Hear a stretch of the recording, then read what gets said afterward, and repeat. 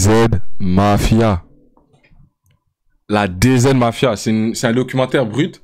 Trafic de drogue, raquettes et tueurs à gages. Quand les gangs sèment la terreur. Si vous savez les politiques de Marseille, hein? C'est un gang très dangereux, on m'a dit là-bas. Donc on va voir ce petit documentaire. Moi, faut que j'apprenne à connaître c'est qui ceux qui font les vrais bails là-bas. Où pas mettre les pieds, ou faire attention. On m'a dit la DZ Mafia, n'y est-ce pas? So, je vais voir si c'est vrai. Le 4 avril 2006, le trafiquant de drogue marseillais Farid Berama est assassiné dans un bar du 13e arrondissement de Marseille. Il tire, 3 hommes tombent. Parmi les victimes, Farid Berama, surtout connu comme un spécialiste du règlement de compte, on l'appelait aussi le rôtisseur. Ouais. C'est quoi ce surnom? Le rôtisseur? Un homme de main du parrain du grand banditisme marseillais Francis le Belge, Farid Berama contrôlait une grande partie du marché de la drogue dans les quartiers nord au début des années 2000. Quand Farid Berama était le patron des cités, il y avait très peu de règlements de compte. En 2000, il y a eu 0 mort. 2001, il n'y a eu qu'un seul mort. Et les autres années, quelques morts, mais ça montait pas très haut. Parce qu'en fait, le règlement de compte, c'est l'indicateur que d'une seule chose, la concurrence. C'est pas l'indicateur d'autre chose. À ce moment-là, pas de concurrence, peu de morts. Après la mort de Farid Berama, ses lieutenants s'entretuent pour le contrôle du trafic. En 2010, un adolescent de 16 ans est tué d'une rafale de Kalachnikov dans la cité sensible du Clos-la-Rose. Des dizaines de douilles, elles témoignent de la violence de Attends. Se faire fusiller à l'AK-47 à 16 ans? Mais le gars, c'était Tariq ou quoi? Pourquoi ils ont tiré un jeune comme ça? What the fuck? de compte à la Kalachnikov. Il meurt sur son fauteuil de dealer. Il y a des images à l'époque qui montrent le premier gamin qui est tué non pas en son nom, mais en tant que cible, en tant que gosse d'un réseau, quoi. Et ça, c'est les débuts de ce que je vais appeler, moi, l'ubérisation. C'est-à-dire que les trafics de stupes ont évolué de telle manière qu'on est passé donc du pyramidal vers de l'ubérisé, du fragmenté. Les règlements de compte s'enchaînent à Marseille. Situation hors de contrôle. La drogue, elle a jamais fait autant de dégâts, il n'y a jamais eu autant de guerres. Yo, j'écoutais une entrevue de Tikazo, c'est un gars d'ici très chaud. Yo, comment on est passé de poing, couteau, vous, je sais pas comment ça a été les violences, mais ici, c'était poing, couteau à les 12 tronçonnés avec les petits jouets, les petits 45, les petits 9. C'est en quelques années là. Maintenant, tout le monde est armé ici. Ici, c'est facile s'acheter un petit gun. La Switch, je pense qu'ils peuvent te la faire avec les printers ou un truc comme ça. Et puis, ça rafale. C'est des petits geeks qui arrivent à créer les petits gadgets qui créent des gros... Damn! Des gros dégâts. Mais se faire tirer dessus à l'AK-47 à 16, 15... 14 ans, bro. C'est inimaginable. Les contrats frigots, le jeune homme serait un membre du clan DZ Mafia. Oh mon Dieu! La scène de mal... Attends, est-ce que vous voyez? Le frérot, il est juste là, en haut, ici. Et il y a un gars qui le court après avec l'AK. Réputé pour régner sur... Come on. Le jeune homme serait un membre du clan DZ Mafia, réputé pour régner sur une partie du trafic de drogue dans la cité phocéenne. Cette semaine, dans la grande histoire, je vous raconte comment l'organisation criminelle DZ Mafia tente d'imposer son règne sur le trafic de drogue marseillais. Hey, fuck Miami, hein. Yo, GTA, c'est à Marseille que ça doit se passer. Léo terrible, donc on n'y cédera rien.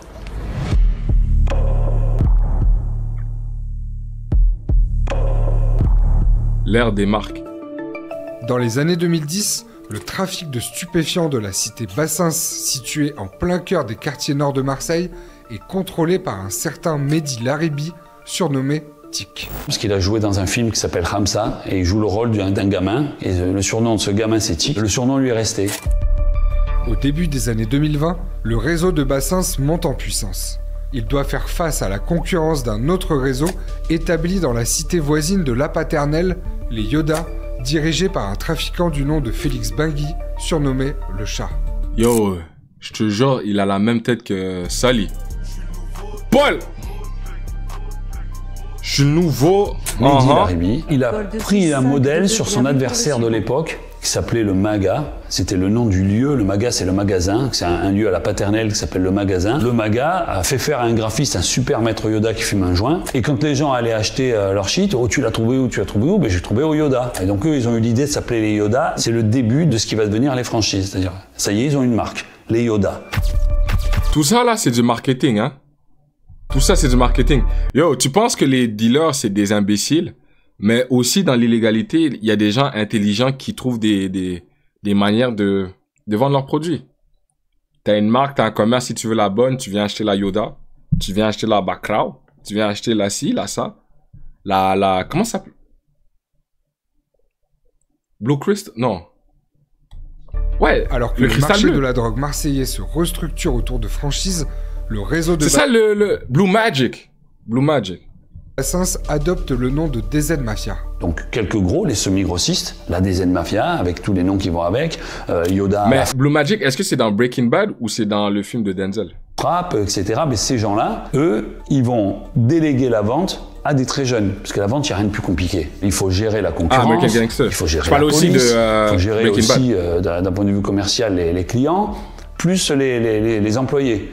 Donc bon, c'est de la RH tout ça. Et puis c'est pas de la RH qui se gère au prud'homme derrière, ça se gère à coup de calibre. On se retrouve avec un guetteur du quartier, il va nous raconter un peu son histoire, comment il s'est retrouvé ici. J'ai pas vécu une belle enfance. Ouais. J'ai vécu une mauvaise enfance, tu vois, c'est quoi? J'étais dans les vols, je me suis trouvé dans la rue. Et t'as que 15 ans? Ouais, j'ai 15 ans, et t'inquiète, débrouille comme un homme. Damn! Il y en a environ 20 000 sur une année qui travaillent à Marseille dans les stupes. Pas 20 000 à un instant T, mais 20 000 glissants sur une année qui vont rentrer sortir. On a environ 20 000 gosses. Alors que les têtes de réseau se partagent la plupart des bénéfices, souvent depuis l'étranger, les petites mains du trafic sont en première ligne. J'ai regretté des trucs, mais j'ai pas regretté, tu sais pourquoi? Parce que j'avais faim. Et la faim, tu peux faire n'importe quoi avec la faim. La faim justifie les moyens, c'est ça? Ouais. Pas de tendresse. Ma tendresse, c'est la rue, frangin. Il faut bien comprendre. Il y a des gens à cet âge-là, ils ont déjà catch des bodies. Hein. Ça commence jeune, bro. Quand on dit que t'es impliqué, il y a ceux qui vont vendre, il y a ceux qui vont frauder, il y a ceux qui vont tuer, il y a ceux qui vont voler. Bro, c'est pour ça que dans l'illégal, faut que tu watches ton back à n'importe quel moment. C'est-à-dire, tu peux être là. C'est aussi un truc de réseautage. Tu peux être là, tu t'assois avec un gars, tu dis que vous êtes bon, vous êtes ensemble, machin, vous faites du business ensemble. Demain, le gars donne ton job à ton ennemi parce qu'il a donné du cash et puis ensuite ça vient t'assassiner. Ou sinon tu t'assois, tu penses que c'est ton gars, il vend un produit de finesse et puis il disparaît, tu le revois plus jamais. C'est ça qui est dégoûtant dans l'illégal. C'est que toutes les règles sont permises. Si tu veux faire une meuf, hein, vendre son cul, c'est quoi la technique utilisée dans ce milieu? Si tu fais semblant d'être son mec pendant 3 mois, hein, 3 mois, t'imagines, la meuf, elle s'attache à toi, mais toi, dans ta tête, tu dis que tu vas l'utiliser pour le sexe. Yo, je vous dis, c'est malsain, man. Même si dans la musique, ça peut être glorifié, quand tu y penses, comment ça marche et qu'il y a vraiment des gens qui sont impliqués dans ça, c'est malsain, bro. Que le trafic de stupes n'est pas une économie redistributive. Le but du jeu, c'est de faire du gros fric pour les gros dealers. C'est de faire des gros sous et donc on exploite ceux du dessous. Tout en bas de l'échelle, les guetteurs, dont la fonction est de signaler l'arrivée de la police, peuvent gagner jusqu'à 150 € par jour.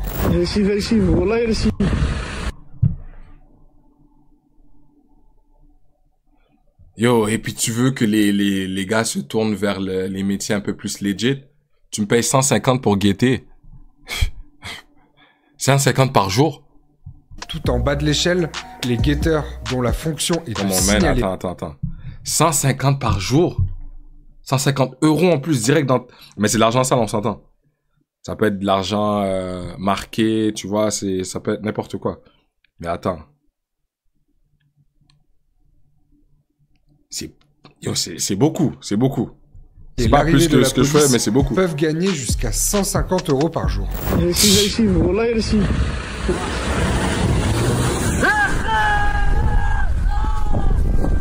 les gamins, la majorité, non seulement ils gagnent peu, mais ils gagnent des dettes. Ils vont devoir de l'argent.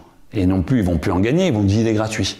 Et ils vont dealer gratuit longtemps. De plus en plus souvent, on a des phénomènes d'esclaves du shit avec cet endettement-là. Pour renouveler la main-d'œuvre, les clans recrutent directement sur les réseaux sociaux.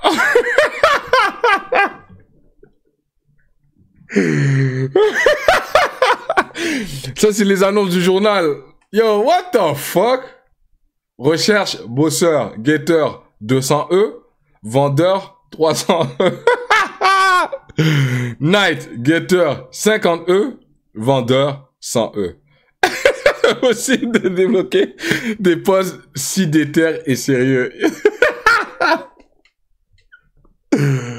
Yo, c'est pas drôle, mais c'est fucked up. Mais c'est drôle un peu quand même. C'est des annonces de malade. En affichant les salaires pour chaque poste, parfois en promettant la sécurité du point de deal. On va exploiter ça, donc on va te valoriser pour être violent. Tu vas d'abord aller casser la gueule à quelqu'un. On va te donner un peu de coke, on va te payer, on va valoriser tout ça. Et à force de faire des choses comme ça, tu perds en empathie, tu perds en capacité à comprendre que faire le mal, c'est quelque chose d'inhumain. Et en effet, il va y avoir une sorte de tamis qui va sélectionner ceux qui sont le plus aptes à perdre cette empathie-là. Ils sont très peu nombreux, mais il en suffit de 10 à l'échelle française, et si chacun tue 10 personnes, ça fait 100 morts. Mais les gars, j'ai compris aussi pourquoi l'omerta, c'est si important dans la mafia. C'est que quand ils te donnent des contrats, par exemple, ils mettent un contrat sur la tête d'un gars pour aller se faire tuer, le gars qui a donné le contrat, il sait qui est allé tuer quelqu'un. Mais genre, c'est le fait qu'il a quelque chose contre toi. Genre, tu peux rien lui faire. Si ton ennemi veut savoir qui a tué, c'est mon cousin, machin. Lui, il sait, il a l'info. Si tu es dans sa bonne lignée, être en bonne entente avec lui, tu dois pas faire à l'encontre de... Tu comprends ce que je veux dire? Mais c'est... Tout le monde a quelque chose contre quelqu'un. C'est... Oh my God, man! Ce réseau-là, là, franchement, si surveille tes arrières, tu peux faire confiance à personne. Tout le monde essaie de profiter de tout le monde. À la moindre opportunité de faire de l'argent, c'est quoi le prix? Et puis c'est fait. Mais je trouve que c'est un mindset fucked up. Parce que les mêmes personnes qui t'aident à deal, le lendemain, si t'as un problème puis qu'on l'offre de l'argent, ils te vendent direct. Tu vas faire un contrat pour quelqu'un, la police te cherche, lui il décide de snitch, c'est fini pour toi. Yo, c'est un réseau de malades mentales. Même tes ennemis, ils savent des infos sur toi. Début 2023, une guerre éclate entre la DZ Mafia et le clan Yoda. Les deux réseaux criminels qui cohabitaient pacifiquement jusqu'à présent luttent désormais pour le contrôle du trafic de drogue à la paternelle. Aïe, aïe, aïe. Une altercation entre les deux chefs de clan dans une boîte de nuit en Thaïlande au début de l'année 2023 aurait mis le feu aux poudres. Cette année-là, les assassinats liés au l'année 2023 aurait mis le feu aux poudres. Cette année-là... On est où, là? Yo, qu'est-ce que tu vas faire contre un gars qui a ça? On est où, là? Limite, s'ils ont pas un rocket launcher, je me demande si c'est pas Call of Duty, bro. Full equip, ils ont des grenades, c'est sûr. C4, tout. Les assassinats liés au trafic de stupéfiants ont coûté la vie à 49 personnes dans les Bouches-du-Rhône. Un record. Les 3/4 de ces meurtres sont liés à la guerre de territoire entre la DZ Mafia et le clan Yoda. Cette guerre ne se limite pas à Marseille. En mai 2023, 2 membres du clan Yoda sont éliminés à Salou, une station balnéaire espagnole. Dans ces affaires criminelles, les enquêteurs observent depuis quelque temps un rajeunissement des tueurs à gages. Les commanditaires, depuis leur canapé à Dubaï, ne prennent plus de risques. Ils payent et recrutent de jeunes hommes demain. Ils ont parfois 18 ans. On a parfois des très jeunes personnes qui sont recrutées parfois sur les réseaux sociaux. Les victimes sont de plus en plus jeunes, mais les auteurs sont de plus en plus jeunes aussi. C'est des mineurs parfois. Ils ont 13, 14, 15 ans. pour les premiers qui rentrent dans le monde ici, pour le travail où on t'exploite, c'est évident. La nouveauté, c'est que maintenant, on a des gens qui passent à l'acte criminel, que ce soit du meurtre ou au moins de la séquestration, torture, à ces âges-là aussi. Ça, c'est nouveau. Waouh! Désormais, les gangs opérant dans le trafic de stupéfiants font appel à de jeunes tueurs à gages peu expérimentés, recrutés parfois sur les réseaux sociaux et les messageries cryptées. Je vais enchaîner les contrats, frérot, je vais redescendre. Âgé de 18 ans au moment de son arrestation en avril 2023, Matteo F est soupçonné d'avoir assassiné plusieurs personnes appartenant au clan Yoda pour le compte de la DZ Mafia. Sur cette vidéo de surveillance datant de mars 2023, Matteo F poursuit sa future victime dans la rue, armé d'une Kalachnikov. Avoir la possibilité d'enlever la vie est quelque chose qui le fascine. Et donc, tuons des gens et ensuite postons-le sur les réseaux, comme ça on saura que je suis quelqu'un. Sur la vie, on va dire je me suis en train d'envoyer sur un contrat, je suis en train de rigoler, la vie de ma mère. Selon les... Mais attends, ouais. Et en plus de ça, tu montes sur ton téléphone pour dire que c'est toi qui l'as fait? On est chez les fous. Me semble que quand t'es dans le salle, c'est t'essaies d'être le plus anonyme possible. Après ça, quand tu peux sortir, tu sors sans être détecté. Le gars, il s'affiche. Eh, tu facilites le travail des policiers. Merci, jeune homme, merci.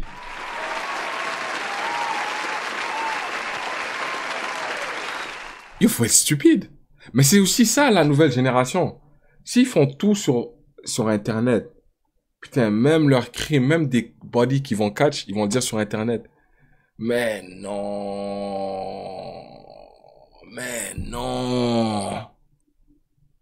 C'est malade, bro. Genre, oui, c'est moi qui l'a fait, oui, je suis fier.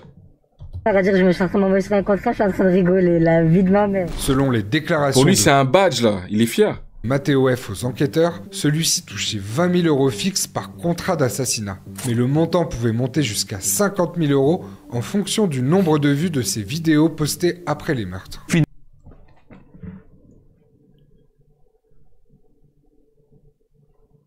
Finalement, il se fait interpeller et quand il est en audition, il montre bien qu'il n'a aucune sensibilité et il montre bien aussi que si on ne l'avait pas attrapé, il aurait continué. En mars 2024, Félix Benguy est interpellé à Casablanca, au Maroc. C'est un grand coup porté au clan Yoda, déjà affaibli par sa guerre.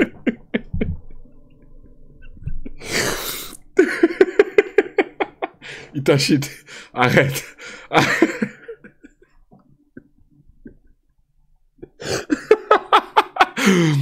Il y en a, c'est des soldats de Satan, je suis d'accord. Mais c'est un great... contre la DZ Mafia et les nombreuses opérations de police. De son côté, la DZ Mafia fait face à un... Non, mais il y a vraiment des gens qui sont morts là-dessus, là. Et nombreuses opérations c'est pas des de police. films. De son côté, la DZ Mafia fait face à un nouveau rival, les Blacks, un gang comorien implanté dans la cité Félix Piat. Wow. Baby Killer. En fait, on est dans un film d'horreur. Alors, des films d'horreur à Marseille, on a l'habitude, hein, il faut se dire les choses. Ça fait longtemps qu'on a vu des films d'horreur. Mais des films d'horreur à ce niveau-là, avec une telle jeunesse, très honnêtement, moi, de mémoire de policier marseillais, 23 ans de service ici, j'avais jamais vu.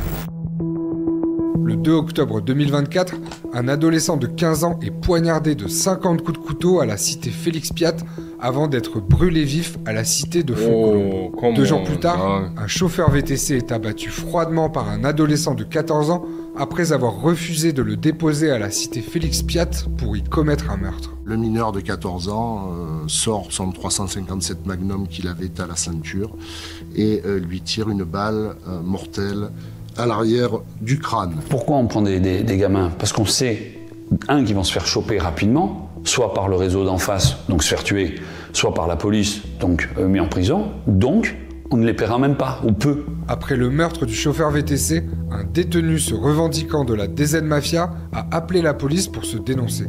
Il a reconnu avoir engagé les 2 adolescents. Mais la DZ Mafia a vite dit il n'est pas chez nous. Justement, ça leur échappe ce truc de franchise, c'est-à-dire qu'un franchisé va se dire de la DZ alors que c'est juste une franchise. Cela fait plusieurs jours que de fausses informations circulent en boucle dans les médias et dans les réseaux. Ah, tu vois, quand ça devient trop chaud, faut qu'il y en a un qui se vende. Faut qu'il y en a un qui tombe pour la team. Dis que c'est toi qui les as engagés, va faire ton temps, puis après ça, tu retournes. Même si ce serait au nom de la DZ.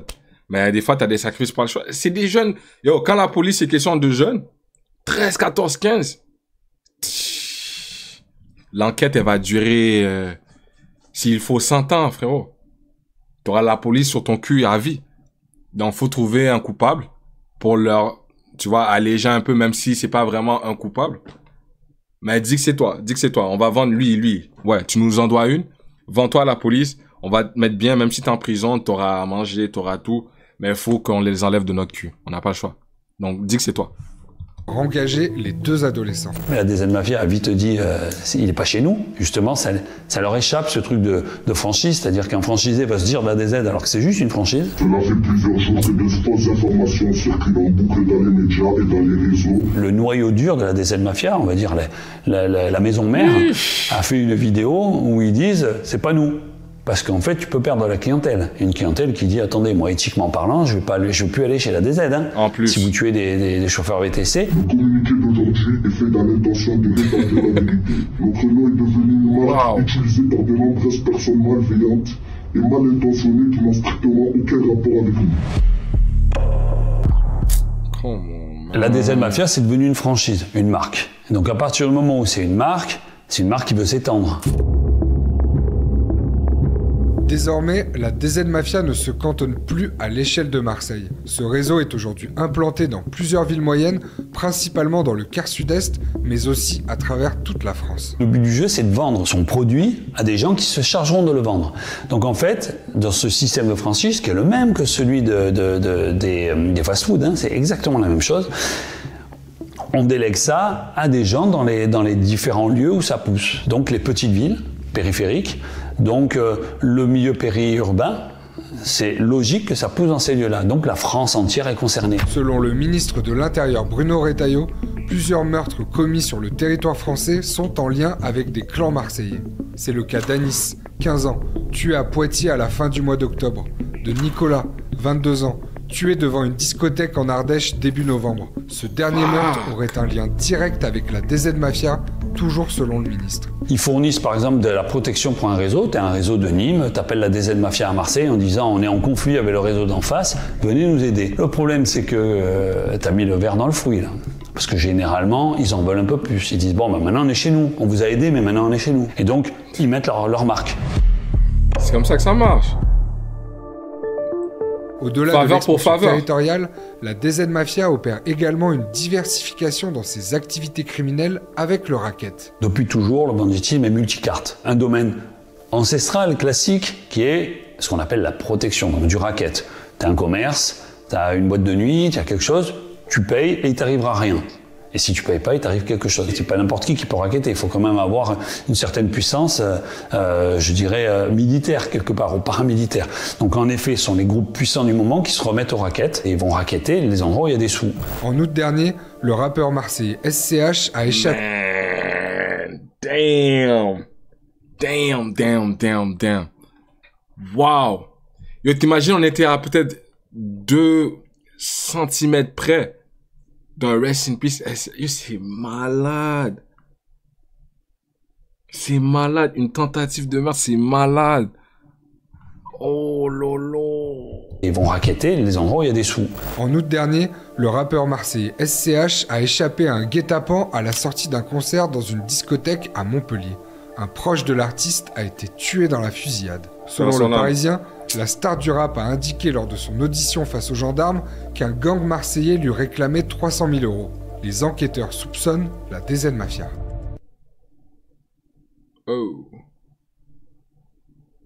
Ouais, ouais. Wow. Je vais pas mettre des trucs sur sa jaquette. Mais comment c'est dit?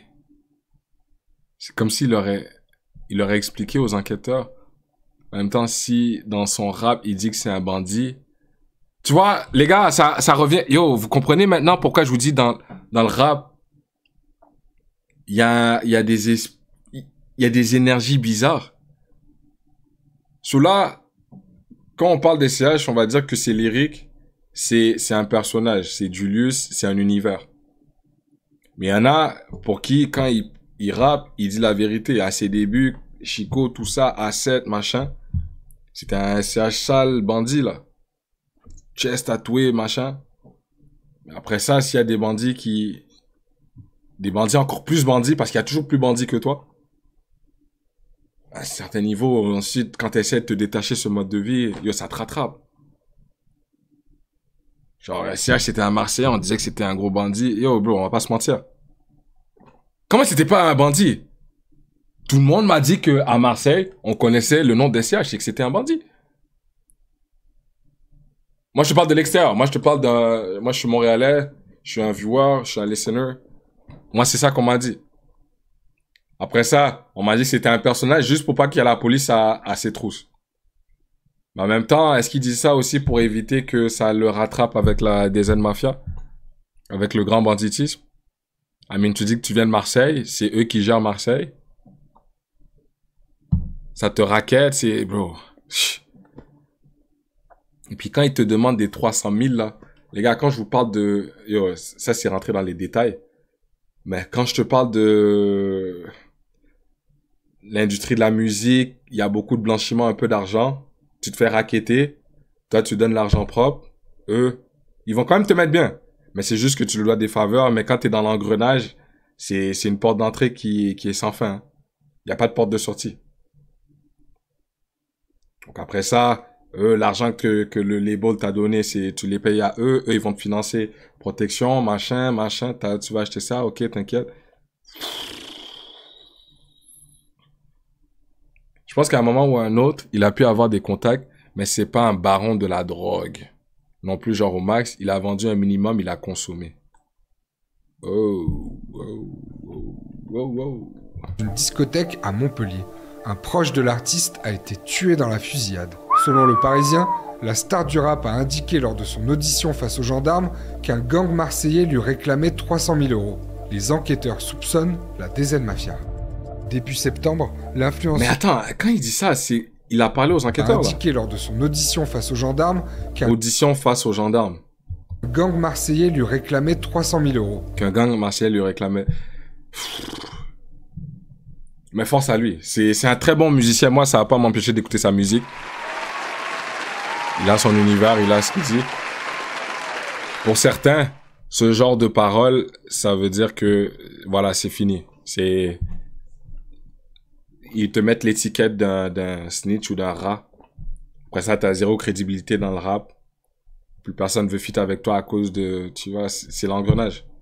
Mais même à ça, 6ix9ine, il a quand même fait son truc après ce qu'il avait dit, hein. Après le procès de Treyway. Les enquêteurs soupçonnent la DZ Mafia.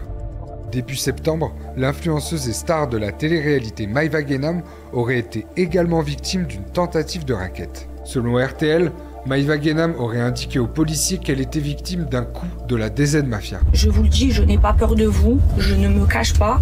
Je suis en direction de l'aéroport pour aller à Dubaï. Et je me suis jamais cachée dans Marseille. Wow! Hold on. Ah!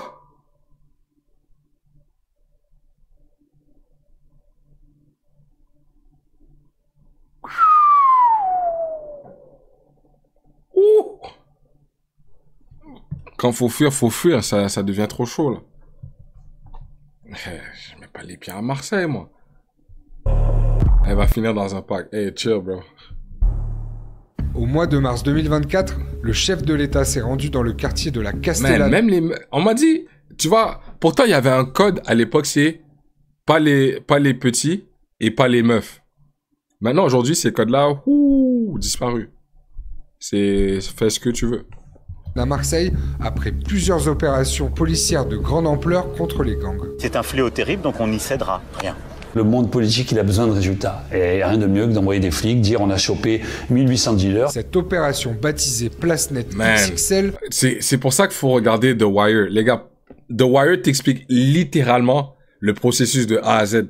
Même ces politiciens, c'est du serrage de main. Même eux sont corrompus. Les policiers vont éviter certains spots. Si ça devient trop chaud, faut des statistiques. Donc, on va devoir en choper 2-3 ans. Juste pour les stats. Après ça, on vous laisse faire votre affaire.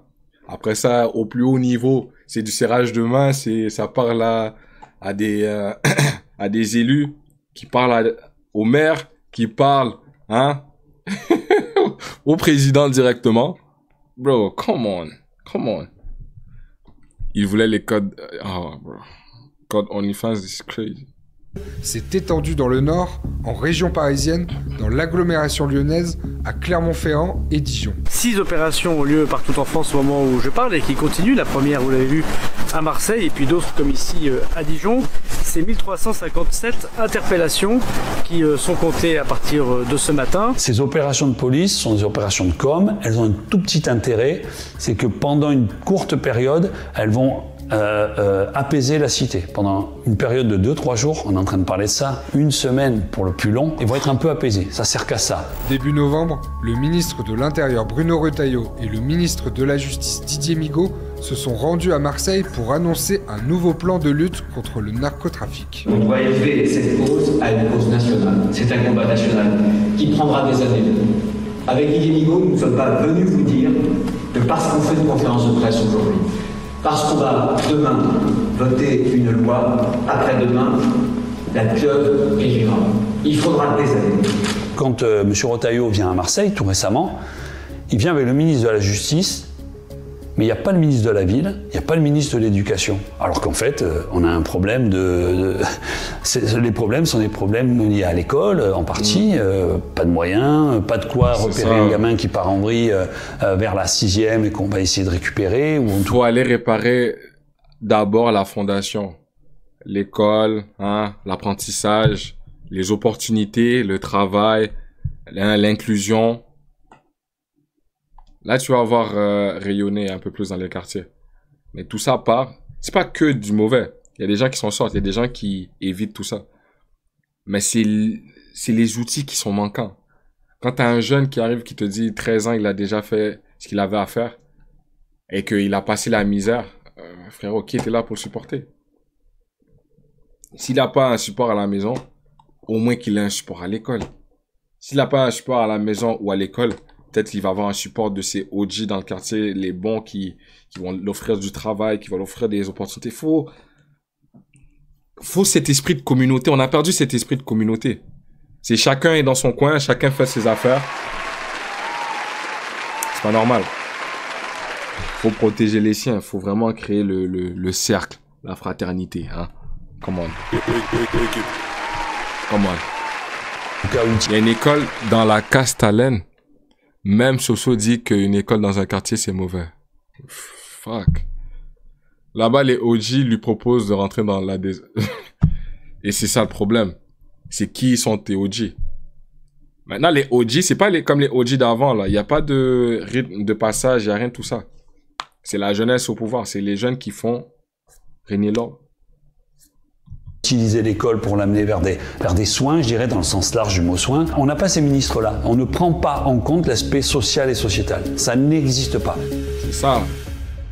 Et ça devrait. Merci à tous d'avoir regardé cette vidéo. N'hésitez pas à me dire en commentaire ce que vous en avez pensé. En tout cas, j'espère qu'à présent, vous en savez toujours dans les affaires. La DZ Mafia et les problématiques autour du trafic. Moi, je savais pas que... Yo, maintenant que je regarde la DZ, comment ils sont chauds à Marseille. Même pas juste à Marseille, parce que là, ils sont en train de expand. Il manque un truc pour leur marketing. Et ça va venir. Si c'est pas déjà fait, c'est il va y avoir un rappeur qui va revendiquer des aides. Et il y aura le support avec lui. Il va péter, vous allez pas comprendre comment. Et puis, c'est parti avec la DZ Mafia. Chiche. Donc, les plus chauds en France, c'est la DZ Mafia. Faut faire attention.